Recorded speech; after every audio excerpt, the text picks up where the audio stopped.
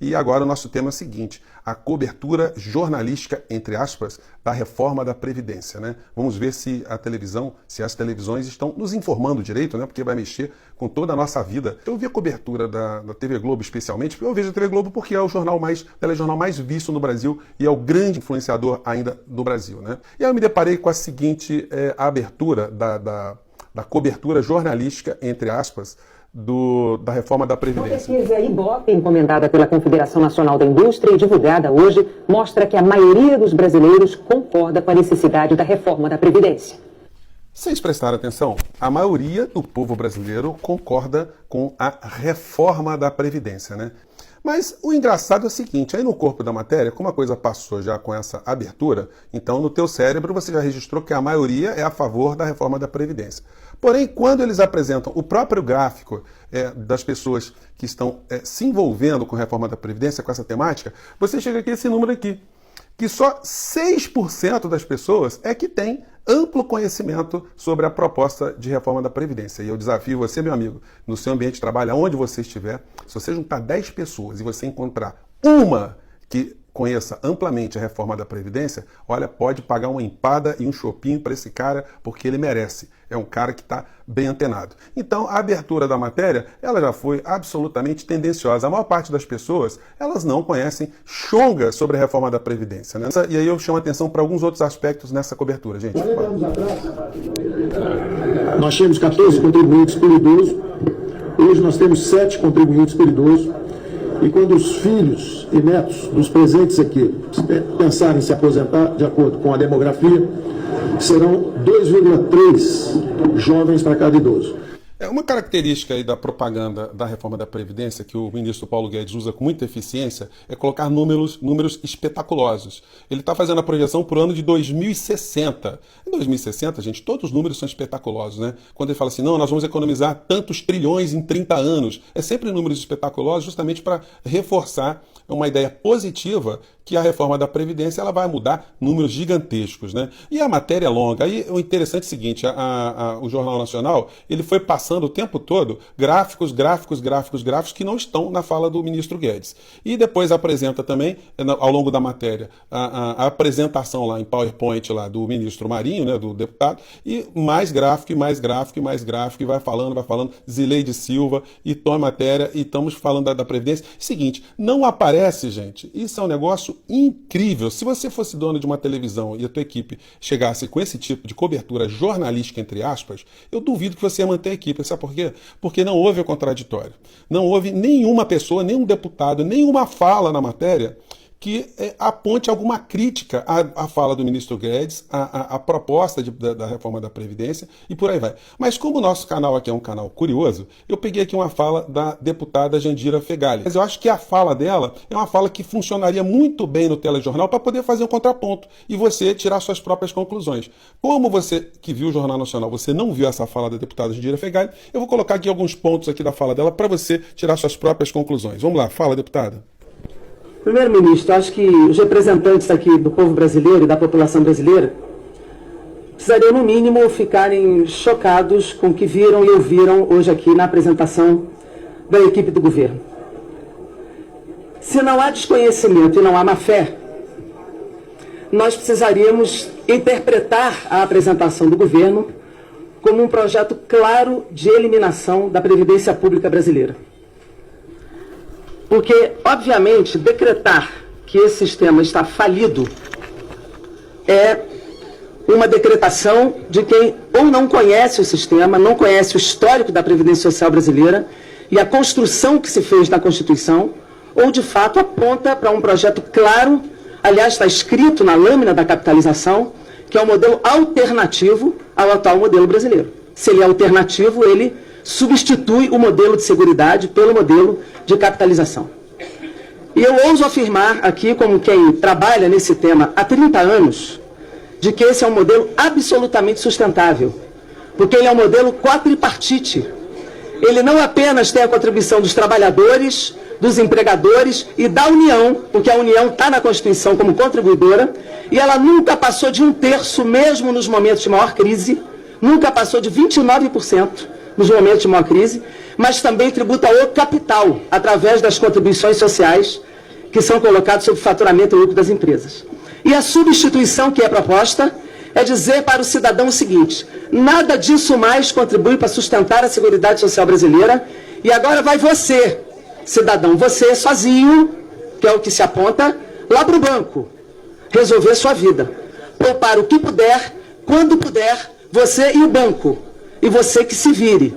E lá na frente, se não for possível bancar o seu salário mínimo, o Tesouro entra. O Tesouro não pode entrar agora para bancar a pensão por morte no salário. O Tesouro não pode entrar agora para bancar o BPC de um salário mínimo a partir de 65, mas pode entrar quando tiver no banco privado para garantir um salário mínimo no regime de grande lucratividade do sistema financeiro brasileiro. E o que é que se diz para a sociedade? Nós estamos acabando com os privilégios. Aí quando nós olhamos, nós dizemos o seguinte: Paulo Guedes, Rogério Marinho, ministro e secretário, nós estamos abrindo todos os dados. Isso não é verdade. A lâmina que vocês trazem, que já foi trazida aqui há 10 dias, o único dado que vocês abrem é o dado de onde estão as perdas, a economia, que é exatamente dizendo o seguinte: do 1 bi 200, 1 trilhão e 200, 1 trilhão e 12 é juntando a aposentadoria dos mais pobres, que vocês próprios reconhecem que é até 2 salários mínimos e 83%, mais a LOAS, que é exatamente o benefício de prestação continuada sobre os idosos pobres e as pessoas com deficiência, mais o abono salarial. Isso aqui dá 1 trilhão e 12. Apenas o resto está sobre os servidores públicos. Então não adianta falar da proporção matemática. Claro que a regra matemática não caiu, mas a regra tributária de capacidade contributiva também não caiu. O que vale é a capacidade contributiva de cada cidadão. E os pobres não têm capacidade contributiva. É isso que vale na regra tributária, de quem pode contribuir. E esses não podem. R$50 para quem ganha um salário mínimo é muito. É muito. E o que vocês dizem para a sociedade é o seguinte: se eu não fizer a reforma, não tem educação e não tem saúde. Vocês estão dizendo para a sociedade que quem vai custear a matrícula na escola é o abono salarial. Vocês estão botando em confronto quem ganha um salário mínimo com a empregada doméstica. Vocês estão botando em confronto a matrícula da universidade com a aposentadoria, com o BPC do idoso pobre. Vocês estão botando em confronto o prato de comida da pessoa com deficiência com a vacina. Quando, na verdade, o que vocês estão fazendo é tirando de quem ganha até 2 salários para dar para os bancos. É isso que vocês estão fazendo. E o que mais me choca é ver o comandante da equipe econômica chegar aqui e falar que há 50 milhões de pessoas sem vaga no mercado de trabalho, e há 4 meses eu espero o governo dizer como é que vai gerar emprego, ele ainda não disse. Como é que vai impedir a quebradeira das empresas de construção civil do Nordeste, que não conseguem mais fazer o Minha Casa Minha Vida?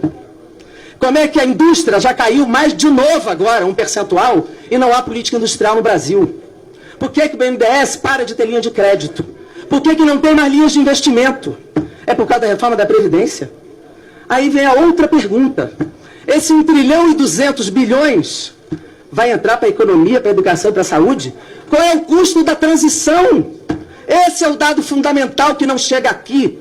Nenhum requerimento de informação que foi entregue até agora ao governo teve esta resposta. O custo da transição de um modelo para o outro vai comer muito mais em 10 anos do que 1 trilhão e 200 bi. Todas as previdências até agora que foram para a capitalização tinham uma previsão, que aliás até agora vocês não deram qual é. Só na Argentina foi 18 vezes maior do que o previsto. Na Bolívia foi 2,5 vezes maior. Na Polônia foi 14% do PIB. No Chile foi 18 vezes o PIB. Qual é o custo da transição desse regime no Brasil? Em 10 anos vai ser 1 trilhão? Senhor ministro Paulo Guedes, senhor secretário Rogério Marinho, esse dinheiro não é para investir em coisa nenhuma. Como é que vai custear o atual sistema de aposentados e pensionistas com 1 trilhão, se nós não sabemos qual é o custo dessa transição? Quando vocês tiram da Constituição que os atuais benefícios manterão o valor real das aposentadorias, como é que vocês vão dizer para os atuais aposentados e pensionistas que eles não serão prejudicados? Como é que vocês vão manter a aposentadoria e pensão dos atuais, se o déficit vai aumentar? Quem vai bancar? É o atual Tesouro? Vocês vão, na verdade, aumentar o déficit. Um déficit que hoje vocês falam que é 200 bilhões, é mentira!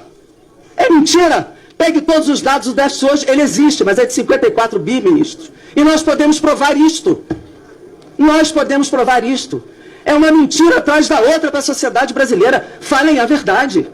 Aliás, vocês disseram no governo Michel Temer, e o deputado Rogério Marinho foi o relator, que a reforma trabalhista ia gerar emprego. Olha aí quantos empregos gerou. Vai ver lá a fila do Anhangabaú, as filas no Rio de Janeiro. Cadê os empregos da reforma trabalhista? Até a bagagem ia diminuir o preço das passagens. Estamos vendo aí o preço das passagens onde está.